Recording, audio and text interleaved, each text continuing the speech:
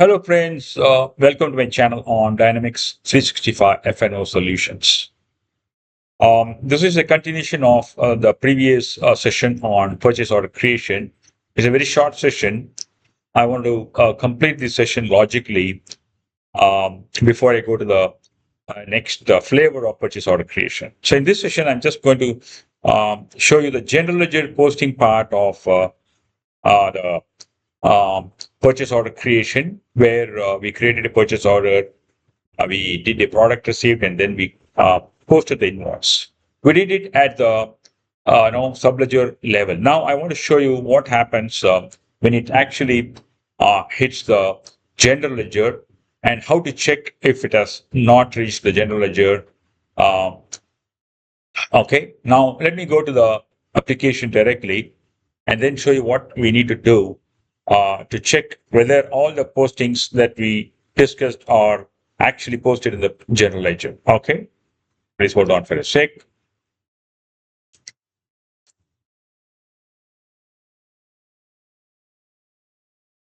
So in the last session, we saw that these are the vouchers that are posted in the general ledger. So and I want to make sure that all the accounts are posted in the general ledger. So what I did was I wanted to check the subledger entries, whether it has passed to the no staging process or the general ledger posting process. Now what I did was I wanted to show you how I arrived at this. I selected a general ledger, and then remember we actually did a setup in PO procure to pay process. We to ensure that the general ledger are posted in real time, we checked, we set up a flag. Now I want to check whether it has done or not. Now look at it. There are four two or few transactions that are yet to be transferred to general ledger. Now let me do that. Okay. Okay. Let me do one by one. So we created these invoices today. Now let me go to the vouchers. Okay. And then see the vouchers again. Now look at it. Now we have a complete list of invoices or the postings of GL account that we discussed. You will have, if you recollect our presentation, the last session or the one before the last session, I think it was session 29. We discussed about what are the accounts that get affected during purchase order receipt and purchase order invoice posting. So these are the accounts that are debited and credited, reversed, and so on. So if you see a minus sign, it is a credit. So and if you see a positive sign, it's a debit entry. Okay, so this is how the posting happens in purchase order invoice posting stage. Okay. Now I want to show you why this discount was calculated as 437. Okay. So let me show you. Okay. For this, what we have done is the item involved was air horn. Okay. This was the product we selected for our PO. Now let me see the trade agreement. Okay. So total discount. Okay. We actually use the total discount option. So the total discount option, if I don't give any no quantity based, so it is going to apply a 5% discount. It is actually discount percentage. Okay, it is going to apply the 5% discount on the total invoice value. Okay, however be the price range. Okay, it is going to add a 5% discount. Now let's see what it has done. Okay, so we saw that 3312 is the value of the invoice. And okay, let me show you what it has done. Okay, now I want to show you the totals. So it is 437. It is showing 437 is the total discount. Let me check what is the detail of this. Okay. 437. I think I lost the connection. Let me resubmit it. Okay.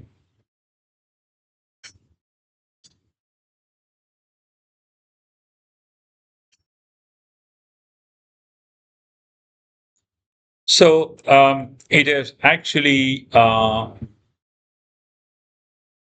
added 437 as the total discount. Why did it add 437.5 as the discount? We need to check that. Okay.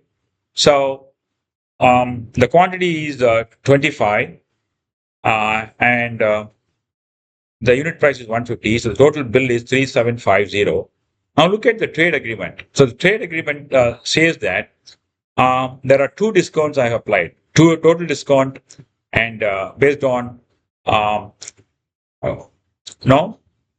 total value, okay, of the invoice, whatever be the invoice value. Okay, so when I say 00, it means that at any cost, it will apply 5% on the total value of the invoice. And then I have applied one more discount saying that if the price is between 2,000 and 5,000, give a discount of 250.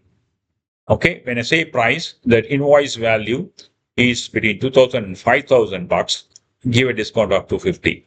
So now I want to ensure that the total discount is actually drilling down to the details based on the the trade agreement that I've set it up. Now let me show you. So the total discount that we saw was, it was actually now 437. Now let's do a quick arithmetic. Before I do that, I want to change the scope so that I can show you a calculator. Please hold on. Now, this is what is actually the breakup of 435. Okay, let me show you. Please recollect, what I said was for the invoice value at any cost, the total invoice value was 3750. On that, I had applied 5%. Okay, I had given a trade agreement. I had set it up such a case that on any value of the invoice, add 5%. So add 5% of 3750 is 187.5. And then, in addition to that, there was a line item level discount saying that if the price is between 2,000 and 5,000, I mean, the invoice value is between 2,000 and 5,000, add 250 rupees flat additional discount. So these are the two discounts that has been added, and when they sum up, it is summing up to 437.5. And that's the reason now our invoice is actually showing up 437.50. So what I want to show you is that, so now if you go to the vouchers, okay, invoice and journals, and then see the vouchers. So it is hitting 437.50 is a contra discount or contra expense. So which is actually a credit. It means that a vendor is giving a discount for the organization. So this is the GL account that we configured. It's an expense account, but it is a contra expense. Expense by default is debit, but it is a contra expense. So it is a credit entry. So this makes the complete flow of all the accounts that are getting affected and reversed at each stage. So now it becomes easier to understand whatever we discussed in the last one. So please feel free to refer to session 29 that discusses about all the invoice account that gets affected during invoice posting and PO receipt things like that. Okay, I just wanted to share this. So that is the end of this session. So see you soon on the next session with more flavors of PO creation. And thank you again. Feel free to subscribe to my channel. Stay tuned to my channel. See you soon. Bye.